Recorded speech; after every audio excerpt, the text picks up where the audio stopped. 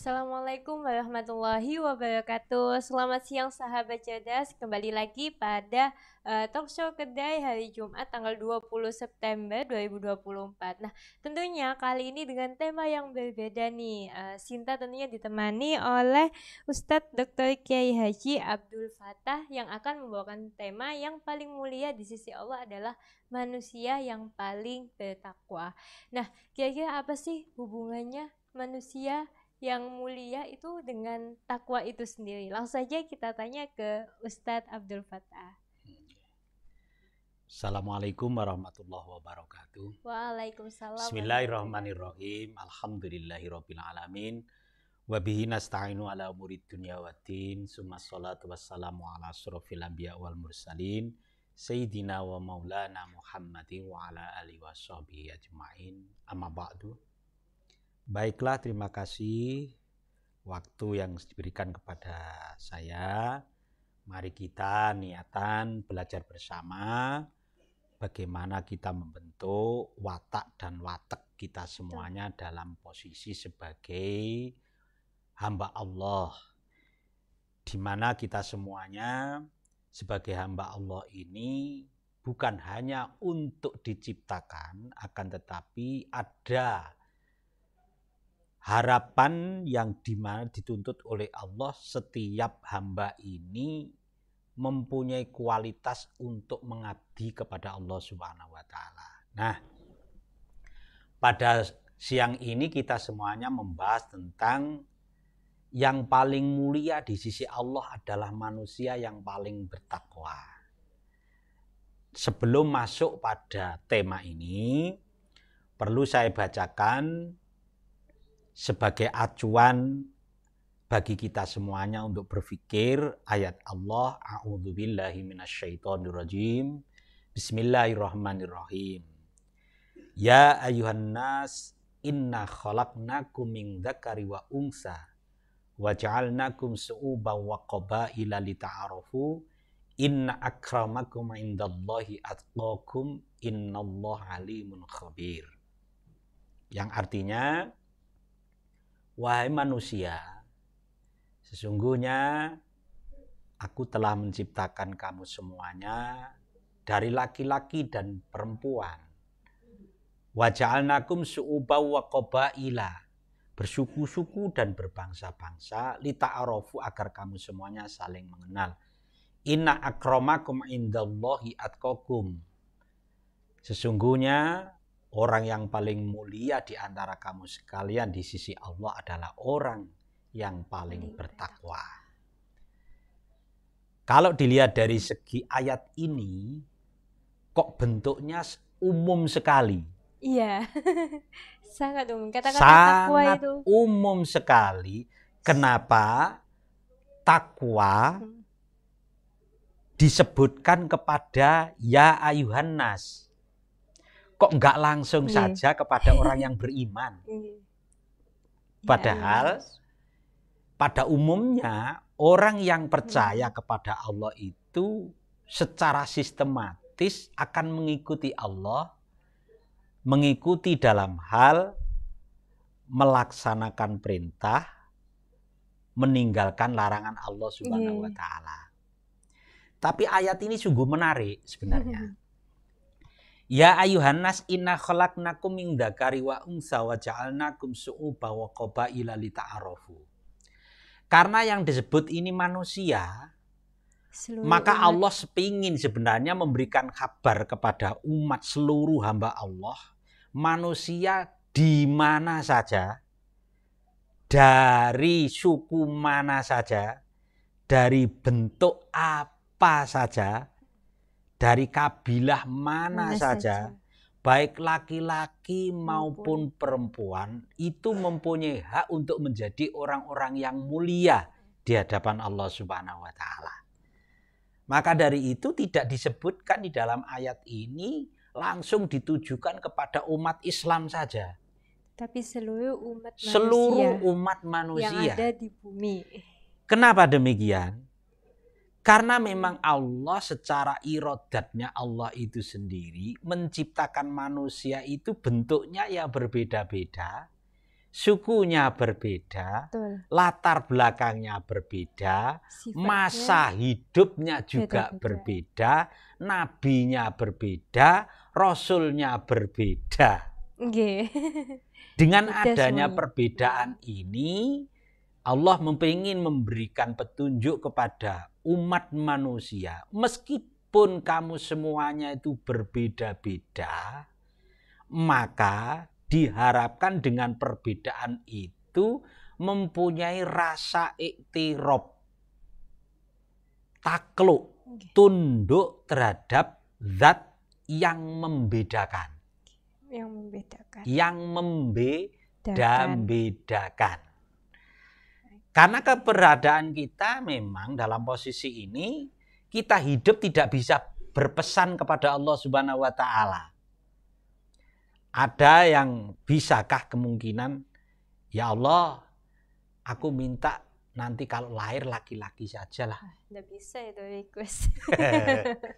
Ya Allah, aku nanti kalau diberi kesempatan lahir perempuan sajalah. Ya Allah, aku nanti kalau diberi kesempatan lahir minta dari keturunan ustadz, kiai, ilmuwan, atau hidup di kota dan sebagainya, dan lain-lain sebagainya. Ternyata tidak bisa. Manusia harus tunduk dalam posisi kudrat dan irodatnya Allah. Karena memang sudah diberi jalan oleh Allah Subhanahu wa Ta'ala. Meskipun kamu semuanya berbeda-beda, dilihat latar belakangnya berbeda. Itu kalau memandang Allah Subhanahu wa Ta'ala, maka bisa semua menjadi mulia.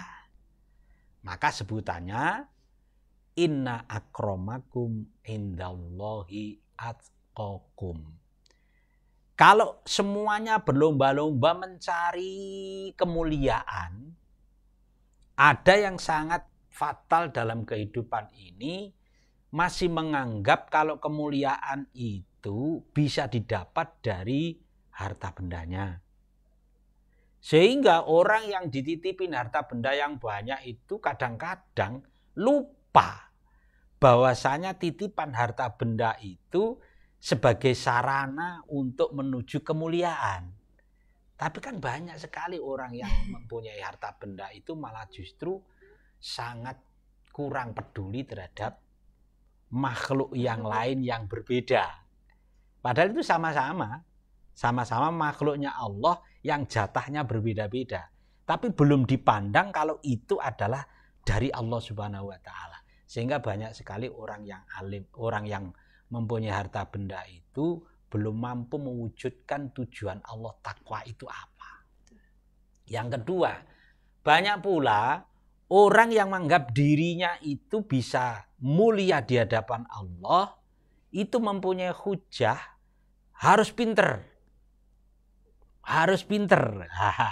Kalau memang itu keyakinannya harus pinter untuk menuju kemuliaan atau ketakwaan terhadap Allah Subhanahu wa Ta'ala, ya itu fatal juga. Tidak bisa. Fatal juga artinya apa?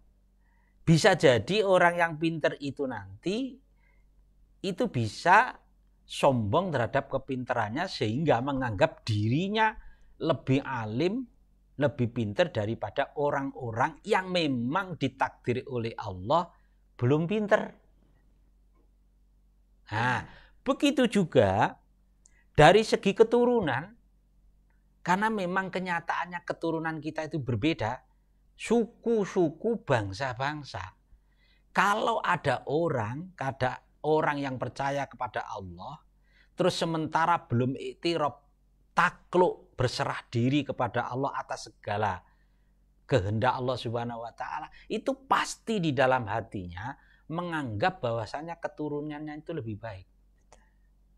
Bahkan tidak memandang, disinilah posisinya Allah Subhanahu wa Ta'ala kepingin mendidik seluruh hamba Allah ini, siapapun kamu sekalian yang saya beri kesempatan untuk hidup, perjuangkan nilai-nilai ketakwaan itu agar nilai-nilai ketakwaan itu bisa tercapai sehingga menjadi mulia di sisi Allah Subhanahu wa taala.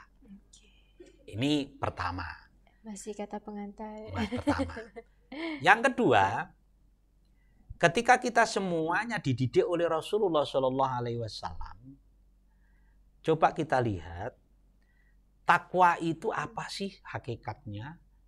Ditinjau dari segi bahasa itu apa sih? Sebenarnya kan ditinjau dari segi ilmu bahasa, takwa itu waspada. Waspada. Loh, orang waspada itu kan ada dua hal. Satu, mawas diri, bisa jari hati. Yang kedua, waspada dari jasad kita sendiri. Orang yang menuju takwa Allah dan ujungnya akan dimuliakan oleh Allah itu secara dohir dan batin itu harus melaksanakan satu niatnya, yang kedua tujuannya dengan benar, yang ketiga itu caranya benar, hatinya benar, raganya juga benar. Kalau kita tarik kepada ilmu agama, kita bisa mengenal raga ini akan dikenalkan untuk menuju kemuliaan ini dengan ilmu syariat. Sementara batin kita biar bisa menuju kemuliaan di sisi Allah Subhanahu wa taala itu akan dikenalkan dengan ilmu hakikat. Maka dua-duanya antara ilmu hakikat, ilmu syariat ini harus dipegangi. Karena yang satu raga itu mengerjakan rukun, yang rasa itu memaknai rukun dan syaratnya. Dan semuanya harus seimbang ya. Harus seimbang. Nah, kalau kita posisinya dalam memahami takwa itu hanya sekedar dari segi dohiriyahnya, bahasanya al-imtisalu awamirillah. Mengerjakan perintah. Loh, perintah itu kan ada berupa syariat. Betul. Tapi juga ada pula perintah berupa hakikat. Yang masih terjebak, yang masih belum bisa dipahami oleh umat umum ya bahasanya itu masih mengejar ilmu syariat, tapi rasa tidak pernah dihadirkan untuk menuju kemuliaan. Contoh, orang mau sholat, itu yang dikejar syarat rukun. Tapi hakikatnya dalam sholat itu banyak sekali yang meninggalkan. Orang bermuamalah, mencari nafkah Allah Subhanahu wa taala, yang dikejar pada umumnya adalah ini halal, haram, mubah, dan lain sebagainya. Meninggalkan rasa pantas atau tidak pantas. Kalau hanya mengejar posisi halal, haram, baik, tapi tidak dibarengi pantas atau tidak pantas, ini juga belum tentu nanti mulia di sisi Allah Subhanahu wa taala. Maka dari itu antara rasa dan raga ini harus diimbangkan. Ini dalam posisi, apalagi ketika kita semuanya membaca hadisnya Rasulullah. An Abi Hurairah radhiyallahu anhu qala Rasulullah sallallahu alaihi wasallam, innallaha la yanzuru ila suwarikum wa amwalikum walaki yanzuru ila qulubikum wa a'malikum. Ketika kita membicarakan masalah kemuliaan di sisi Allah, ternyata Rasulullah itu sangat amat mementingkan urusan batin, hakikat. Batin. Rasa empati, rasa peduli itu lebih didahulukan dibanding kenyataan. Nah, itu kenyataan itu kan nanti ada hubungannya dengan pantas atau tidak pantas tadi. Jadi kalau didikannya Rasulullah, pantas dan tidak pantas itu didahulukan daripada syariatnya itu sendiri. Balik lagi karena kita berhubungan dengan sesama manusia itu tadi. Contoh, kalau kita berhubungan dengan Allah Subhanahu wa taala, mendapatkan kemuliaan. Sebenarnya di dalam ilmu syariat ketika kita mau sholat, sholat, syaratnya sholat itu apa sih? Yang jelas berwudu, bebas dari hadas kecil, hadas besar, tempatnya suci dan sebagainya ya. Terus mengerjakan rukunnya sholat. Niat.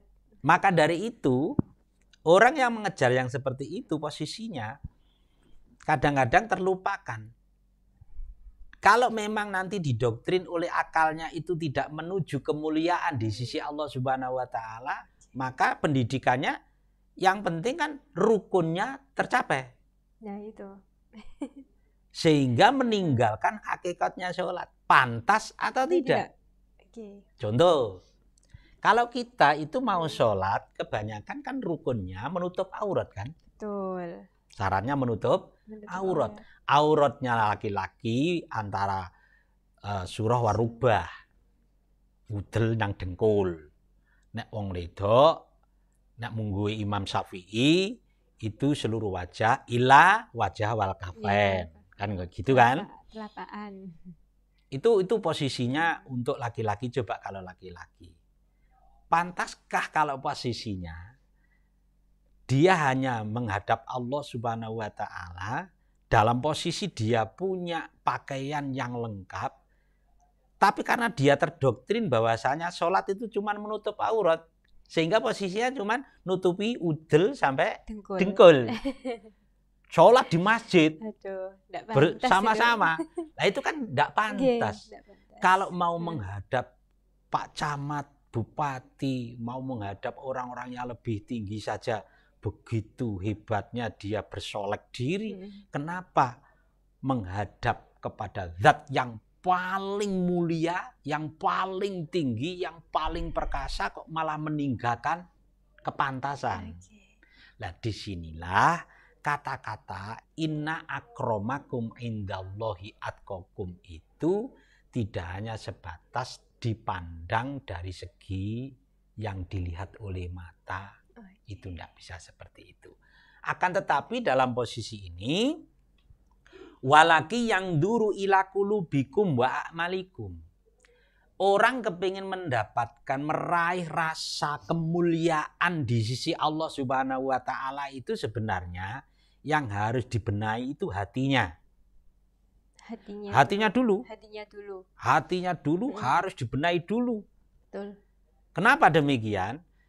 Karena yang dihadapi itu zat yang maha gaib. Tidak bisa dilihat oleh indera kita. Hanya bisa dirasakan. Nah itu yang paling sulit untuk mencapai hal itu. Maka yang bisa merasakan kan cuma hati, urusan Allah itu. Betul. Perasaan. Hadirnya Tuhan menyertai kita itu cuma hati yang mampu merasakan. Bagi orang yang tidak mampu membuka hatinya, tidak membenahi hatinya, ya tidak mungkin untuk menuju kemuliaan di sisi Allah Subhanahu wa taala. Yang kedua, kalau Nabi Muhammad SAW mendidik kita agar kita menjadi mulia di sisi Allah itu harus sholih bi'amal.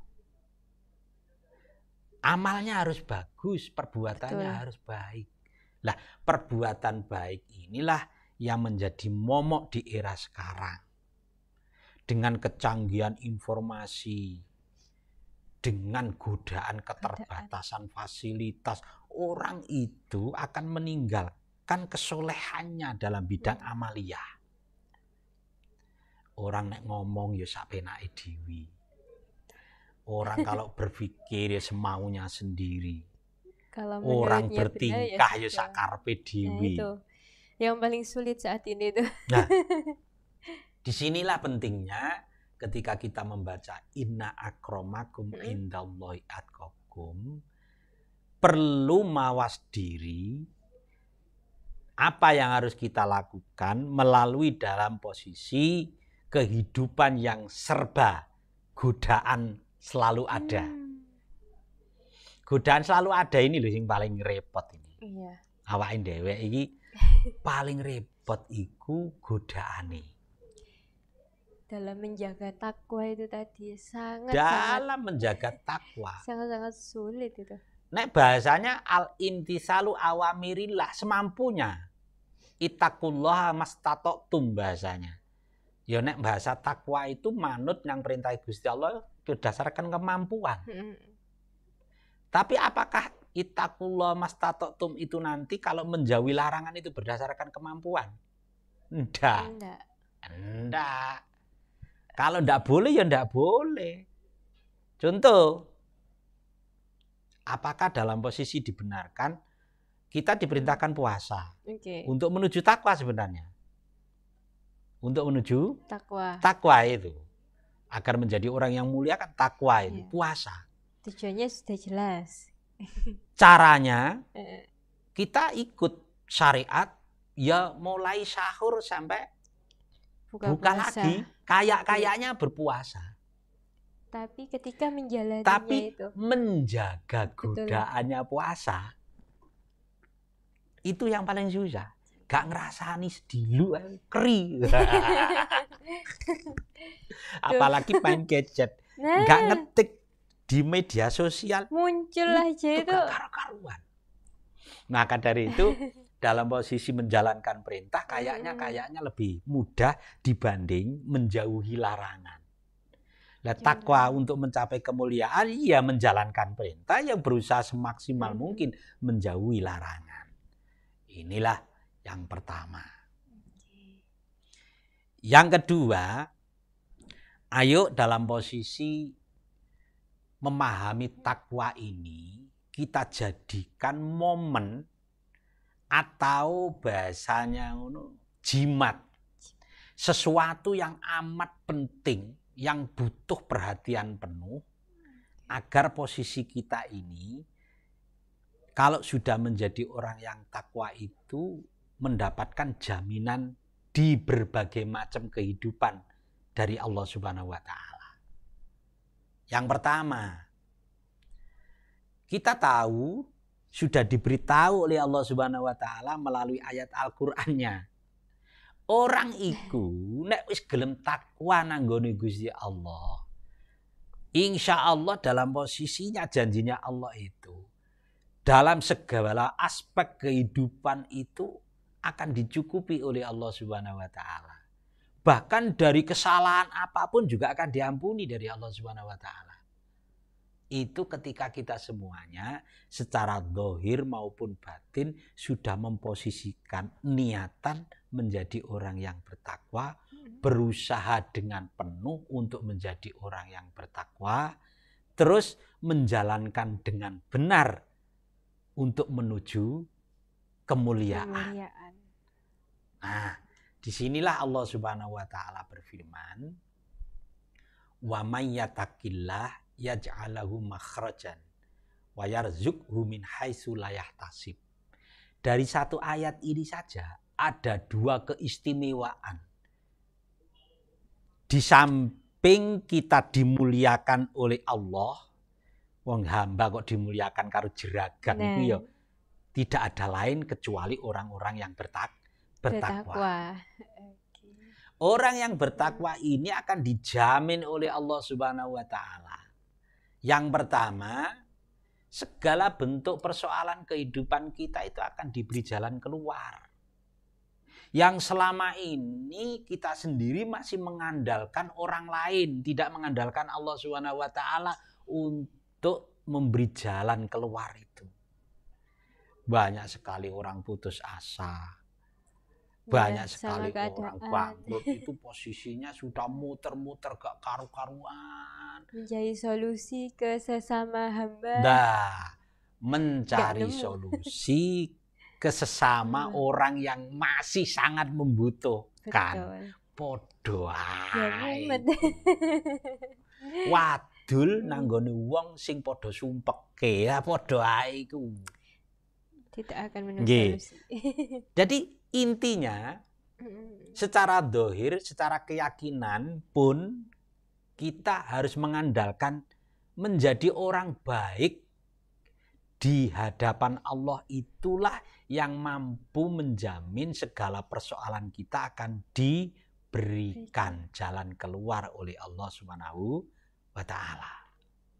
Yang kedua, kalau urusan ekonomi, urusan rezeki, kecukupan hidup di dunia ini, jangan khawatir kalau dalam posisi hati ini sudah yakin betul terhadap Allah, syariat kita jalankan dengan betul, kita berusaha menjadi orang-orang yang solih betul dalam segi zahir maupun batin, ekonomi dijamin oleh Allah Subhanahu wa Ta'ala.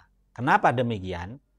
Karena orang yang yakin terhadap Allah Subhanahu wa Ta'ala, dia akan memposisikan diri Allah itu maghniyun, maha kaya. Kekayaannya Allah itu latuh suha, tidak mampu diraba, diterka, dihitung. Nah itu loh. Beda matematika manusia sama matematikanya Allah. Ketika Allah Subhanahu wa Ta'ala itu sudah senang terhadap hambanya, maka Allah akan membukakan rezeki dari mana asalnya manusia itu sendiri tidak ngerti. Bahasanya Allah min haitsu la yahtasib. Dari tinjauan ilmu matematika wis gak masuk. Ndak masuk. Dari kepangkatan pegawaian ndak masuk, sudah ndak cukup. Tapi karena dibarengi rasa takut, rasa tawadhu, waspada terhadap hal-hal yang berkaitan dengan yang maha memberi, yang maha kaya, maka Allah akan membukakan pintu-pintu rahmat rezeki itu dari mana saja. Terserah Allah Subhanahu wa Ta'ala, sampai-sampai orang yang bertakwa itu sendiri tidak ngerti asal muasalnya. Itu jaminan yang pertama. Itu dari satu ayat saja sudah dijamin yang demikian itu. Yang kedua, jaminannya Allah Subhanahu wa Ta'ala seperti di dalam ayat Al-Quran, kalau kita mengerti dalam posisi diri kita sendiri bahwa kita ini menjadi orang-orang yang selalu taat kepada Allah Subhanahu wa Ta'ala, kita akan diberi jalan satu ampunan yang luar biasa terhadap sesuatu yang dulu-dulunya kemungkinan pernah syak, pernah meragukan. Bahkan sering kita meragukan Allah Subhanahu wa Ta'ala. Bahkan sering kurang sempurna tentang keyakinan kita terhadap Allah Subhanahu wa Ta'ala. Itu sebenarnya dosa. Tapi karena kita terus berjalan membimbing diri kita menuju Allah Subhanahu wa Ta'ala, sehingga apapun kesalahan-kesalahan yang pernah kita lakukan, baik disengaja maupun tidak disengaja, ini akan diampuni oleh Allah Subhanahu wa Ta'ala. Itu yang tiga. Mungkin dari situ ada pertanyaan, biar nanti ada interaktif dan lain sebagainya saking jenengan monggo. Oke. Nah, seperti tadi yang sudah jenengan sampaikan, sangat mendalam sekali ya. Tidak seumum kata takwa yang selama ini kita tahu bahwasanya oh kita udah sholat berarti kita udah takwa nih. Tidak hanya sebatas itu saja gitu. Tapi semuanya juga ada zahir dan juga batin, itu harus semuanya saling terikat dan seimbang itu tadi. Nah, dalam zaman sekarang banyak sekali tantangan-tantangan untuk menjaga ketakwaan itu sendiri. Nah, bagaimana sih caranya kita supaya bisa menjaga ketakwaan itu? Yang pertama, harus menyadari bahwasanya takwa itu adalah sumber dari segala sumber untuk mendapatkan seluruh kebutuhan yang kita harapkan. Yang pertama itu. Kenapa? Orang kepingin mendapatkan rezeki bisa dari takwa. Orang kepingin mendapatkan ampunan bisa dari takwa. Orang kepingin terhindar dari kesulitan bisa dari takwa. orang kepingin mendapatkan rezeki tanpa dia sendiri menyadari dari mana asalnya, juga dari takwa. Bahkan di ujungnya, fa'amma man a'ta wa taqwa wa saddaqa bil husna fasanu yasiruhu lil yusra. Orang digambarkan ujung-ujung orang nanti kalau mati kepinginnya mlebu surga. Iya. Padahal surga ini bisa didapatkan sebenarnya dari takwa. Takwa itu sendiri. Oke, jadi balik lagi. Balik lagi kepada takwa. Karena orang yang bertakwa itu sangat dimuliakan oleh Allah Subhanahu wa taala, sangat diperhitungkan oleh Allah Subhanahu wa taala. Nah, sesuatu yang dijanjikan yang sangat istimewa oleh Allah itu ya hanya diberikan kepada orang-orang yang istimewa. Maka kalau kepingin merawat takwa biar baik, coba ditanamkan di dalam diri kita masing-masing. Dijadikan pegangan. Pegangan bahwasanya takwa itu adalah sumber dari segala-galanya dalam kehidupan itu. Baru nanti arah tujuannya berpikir apapun, berangan-angan apapun, melakukan apapun, pasti nanti akan mu'alaq, bergantung kepada Allah Subhanahu wa ta'ala. Kalau hatinya sudah bergantung kepada Allah Subhanahu wa ta'ala, ya itulah orang yang bertakwa. Dalam segala lini dalam itu. Jadi ciri-ciri seseorang yang bertakwa itu dalam perilaku maupun tindakan itu sebenarnya dapat dilihat ya Ustadz ya? Bisa. Sebenarnya dalam posisi. Kadang-kadang begini. Orang itu karena memang mempunyai sifat yang lain. Sifat hewani. Punya manusia. Ada sifat mahmudah. Ada sifat mardudah. Nah, disinilah kita nanti akan bersaing dalam posisi ini. Karena hati itu akan berkecamuk terus, persoalan akan datang terus, hambatan selalu bersilih ganti. Maka dalam posisi ini, bagi orang-orang yang melepaskan tentang ketuhanannya, maka dia juga akan melepas kemuliaannya. Otomatis itu sudah. Orang itu kalau saling terikat itu tadi ya.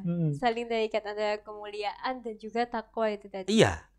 Jadi orang itu kalau sudah melepas nilai-nilai kemuliaannya, ya sama saja melepas Tuhannya. Orang yang melepas Tuhannya, nggak eling sama Tuhannya, ya melepas kemuliaannya sendiri. Loh, padahal dia itu, kita ini tujuannya belajar kepingin apa sih? Pengen mulia. Pengen mulia. Mencari rezeki, pengen mulia. Sampai gak direwangi, gak mulai-mulai, ya aja pengen mulia. Ini benangi dan panas, panggah kerja, ya pengen mulia. Tapi begitu enaknya kita itu melepas kemuliaan itu. Dengan satu kata, kita meninggalkan Allah Subhanahu wa ta'ala. Lepas semuanya. Padahal manusia juga itu kan nggak bisa lepas dari cobaan dan juga ujian seperti itu. Nah, ada Sinta itu pernah dengar Ustadz bahwasanya kalau semuanya itu pasti akan mendapatkan cobaan dan juga ujian. Mungkin itu juga dari rangkaian kehidupan untuk mencapai takwa itu sendiri. Betul Ustadz nggih? Iya. Nah, itu sampai ada kejadian, Sinta pernah lihat itu ada seseorang yang hafiz Quran, kemudian dia dicoba dikasih ujian oleh Allah, orang tuanya meninggal, kemudian pasangannya juga meninggalkan dia, sehingga dia melepaskan takwanya itu sendiri. Padahal dia protes seperti ini, Ustadz. Saya sudah melakukan semua perintah Allah, tapi kenapa Allah masih memberi ujian kepada saya seperti ini? Sebenarnya Allah itu mau apa gitu. Padahal di situ kemudian ini ada cerita juga di situ, ada orang buta yang mendengarkan dia teriak seperti itu. Kemudian orang buta itu menjawab gini, kayaknya yang buta mata itu tapi hati saya nggak buta gitu. Jenengan yang buta asli itu jenengan gitu. Jadi itu kan pelajarannya kan dapat diambil bahwasanya untuk mencapai takwa itu semua manusia itu diberi kesempatan. Semua manusia bisa berperilaku dengan tindakannya, dengan zahir dan batin, bahwa kita semua bisa loh mencapai takwa itu sendiri gitu. Kalau kita bisa mempercayai, mengimani, merasakan kehadiran Allah itu. Gitu Ustaz. Nah mungkin itu salah satu cerita, tapi itu mungkin ini juga baru kepikiran, oh mungkin itu sebagian dari menuju takwa itu sendiri mungkin ya. Kadang kita masih bertanya, kemarin itu masih bertanya-tanya ketika mendengar cerita seperti itu tuh kayak, wah iya ya, tapi cuman di situ kan kita menangkapnya, oh imannya lemah gitu. Tapi kan balik lagi setelah ditelisik terus mendengarkan penjelasannya jenengan, oh mungkin itu juga rangkaian dari untuk mencapai takwa itu sendiri. Iya begini. Jadi takwa itu bukan hanya slogan di lidah sebenarnya. Nah, itu. Takwa itu pengabdian. Betul, pengabdian. Dan tidak ada hentinya.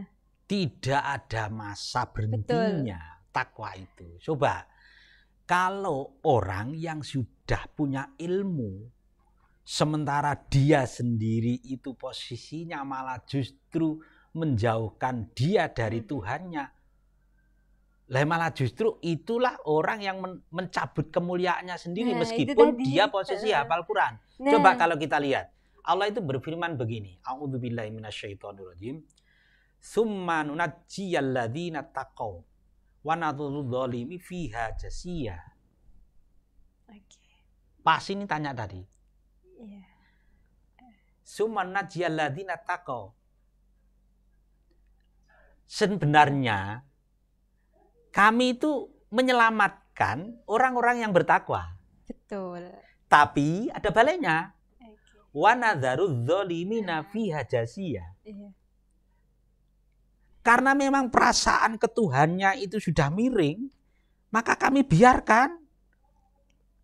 Loh, kalau semakin kita itu membiarkan Allah, kita juga dibiarkan oleh Allah Subhanahu wa taala dong. Semakin kita berburuk sangka terhadap Allah, maka kita juga tidak dipedulikan oleh Allah Subhanahu wa taala. Bahasa ini summa nunajjiyal ladzina taqaw, yang diselamatkan itu hanya orang-orang yang takwa di dalam hatinya, memang mulai awal niat, cara, bentuk itu terus mu'alaq, ta'alluq ilallah. Terus mengingat Allah Subhanahu wa taala. Nek bahasane Allah Subhanahu wa taala, udkuruni adkurkum washkuruni fala takfurun. Udkuruni adkurkum, ingatlah padaku, niscaya aku akan ingat kepadamu. Nah, cara mengingatnya Allah Subhanahu wa taala disebutkan dalam ayat lain. Tsumma nunajjiyal ladzina taqaw. Orang yang selalu mengingat Allah untuk mencapai kemuliaan, kepingin dimuliakan Allah dengan berbagai macam cara. Caranya macam-macam untuk menjadi mulia, ini memang betul. Tapi selalu berkaitan dengan Allah Subhanahu wa taala. Kemungkinan untuk mencapai kemuliaan dengan adanya kematian, bisa mulia karena adanya kebangkrutan, ada banjir bandang dan lain sebagainya, sehingga hikmahnya bisa menjadi mulia karena keteguhannya sedang diuji oleh Allah. Karena maknanya takwa itu sendiri, iktirafnya ini yang perlu dikuatkan. Tunduk dan mengakui bahwa semuanya yang terjadi di muka bumi itu adalah kehendak Allah Subhanahu wa taala. Namanya iradat. Allah itu maha berkehendak masalahnya. Kalau orang sudah putus asa, menyangka tidak baik terhadap Allah Subhanahu wa taala, itu sama saja mengingkari iradatnya Allah Subhanahu wa taala. Kalau sudah mengingkari iradatnya Allah Subhanahu wa taala, itu yang namanya kufur. Ya, kufur. Nah, kufur itu tidak menyelesaikan masalah, tapi malah mempersempit. Jadi makin tambah berpikir yang tidak. Walah, kalau kita semuanya mempelajari Al-Quran sebenarnya, membaca dari kitab-kitab tafsir dan lain sebagainya, hadis kita pelajari, tafsirnya kita pelajari, tidak berani orang itu tidak akan menuju takwa itu sebenarnya. Karena imbal baliknya kepada kita sendiri. Bukan Iya, kepada Allah. Allah itu tidak pengaruh. Malah kita yang membutuhkan itu Kita sebenarnya. yang terpengaruh. Iya. Coba, seperti inilah, seperti pertanyaan Mbak tadi, bahwasanya apa yang dilakukan oleh para sahabat-sahabat kita, teman-teman kita, banyakkan orang Muslim yang masih mengandalkan dirinya sendiri, tidak mengandalkan Allah Subhanahu wa Ta'ala. Inilah penyebab kemuliaan itu kurang. Atau disebabkan ada ujian kesombongan, ujian harta benda, ujian kematian, ujian kelaparan, kekurangan air, dan lain sebagainya. Itu bisa merusak nilai-nilai ketakwaan itu sendiri kalau tidak betul-betul dirasakan, betul-betul bahasanya mendekatkan diri takarub nyanggone Gusti Allah. Itu pasti itu. Kekeringan di mana-mana. Nanti miso-miso. Gusti Allah dipisui. Ya, pejabat pemerintah ya dipisui. Kena ya. Padahal coba kalau kita semuanya. Walau anna ahlal qura amanu wa taqwa la fatahna alaihim barakatim minas sama'i wal ardh. Walakin kadzabu fa akhadna bima kanu yaksibun. Coba. Andai kata penduduk desa itu, namanya penduduk ya kita ini itu amanu, beriman, percaya betul nanggone Gusti Allah. Enggak setengah-setengah, mau iman-imanan aja lambe. Iman betul. Iman itu rukunnya ada berapa? Coba kita lihat iman itu. Iman ada 6 rukunnya. Di antaranya adalah percaya adanya qadar, qada dan qadar. Orang yang tidak percaya dengan qada dan qadar inilah yang menyebabkan ketuhanannya hilang. Makanya, jadi serangkaian dari rukun iman yang pertama sampai terakhir itu, maka dari itu puncaknya di qada dan qadar itu. Muamalah kita ini akan diuji dengan qada dan qadarnya Allah. Ngono lho.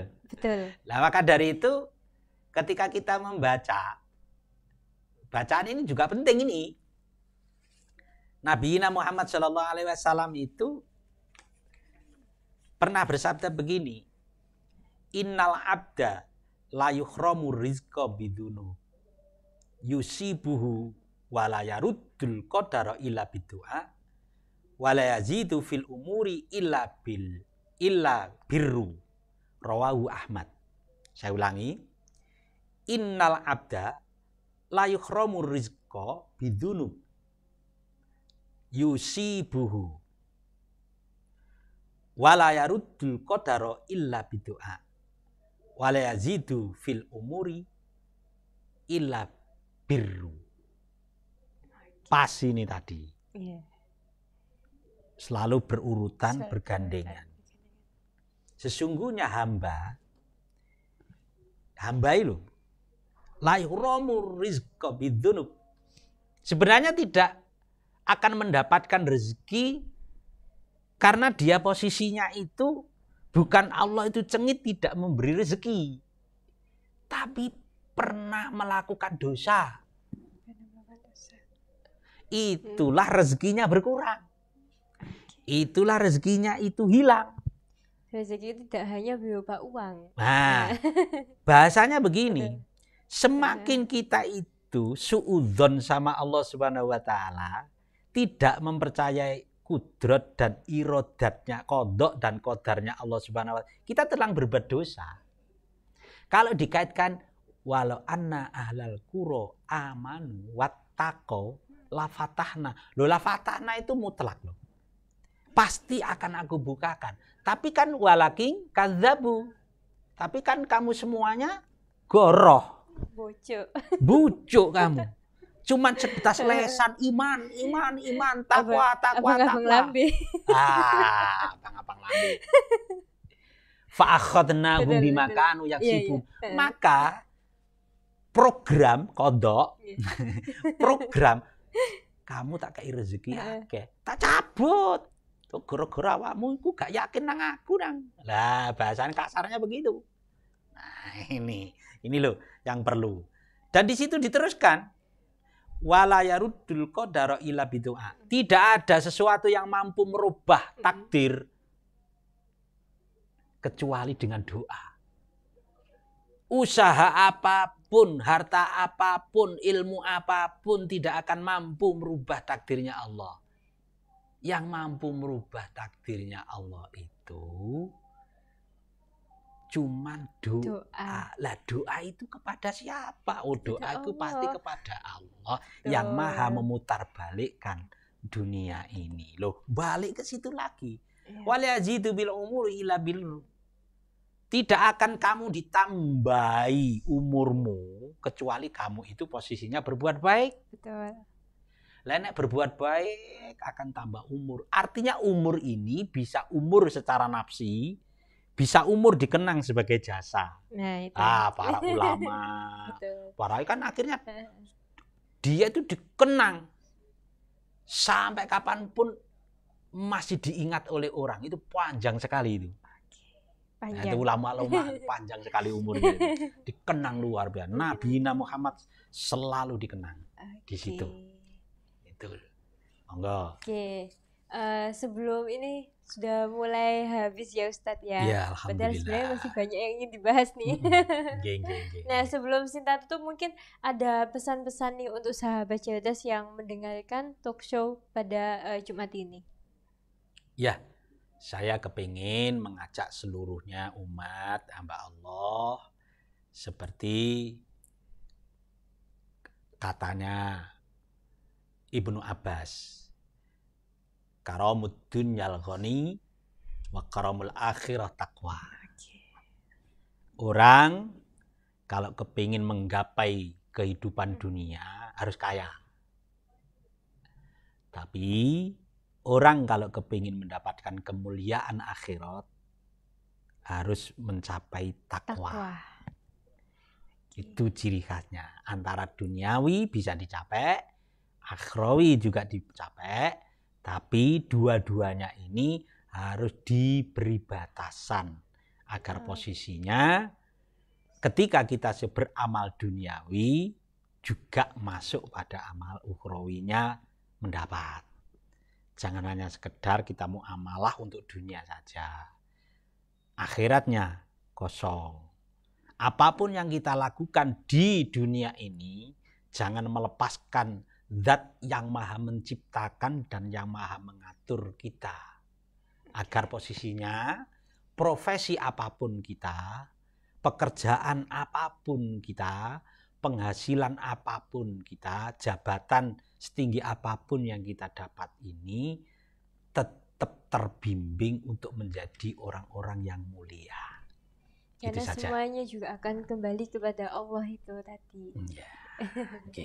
Oke, nah itu dia sahabat cerdas. Sepertinya banyak sekali ya pelajaran kita hari ini bahwasanya untuk mencapai takwa itu sangat-sangat bukan rumit ya, bukan juga susah, sebenarnya sangat mudah, tergantung bagaimana kita menjalaninya, tergantung perilaku dan juga hati kita bagaimana ketika menjalani hal tersebut seperti sholat, puasa, dan juga yang lainnya. Nah, seperti itu sahabat, saya Sinta dan juga seluruh kru Suara Gresik pamit undur diri. Wassalamualaikum warahmatullahi wabarakatuh.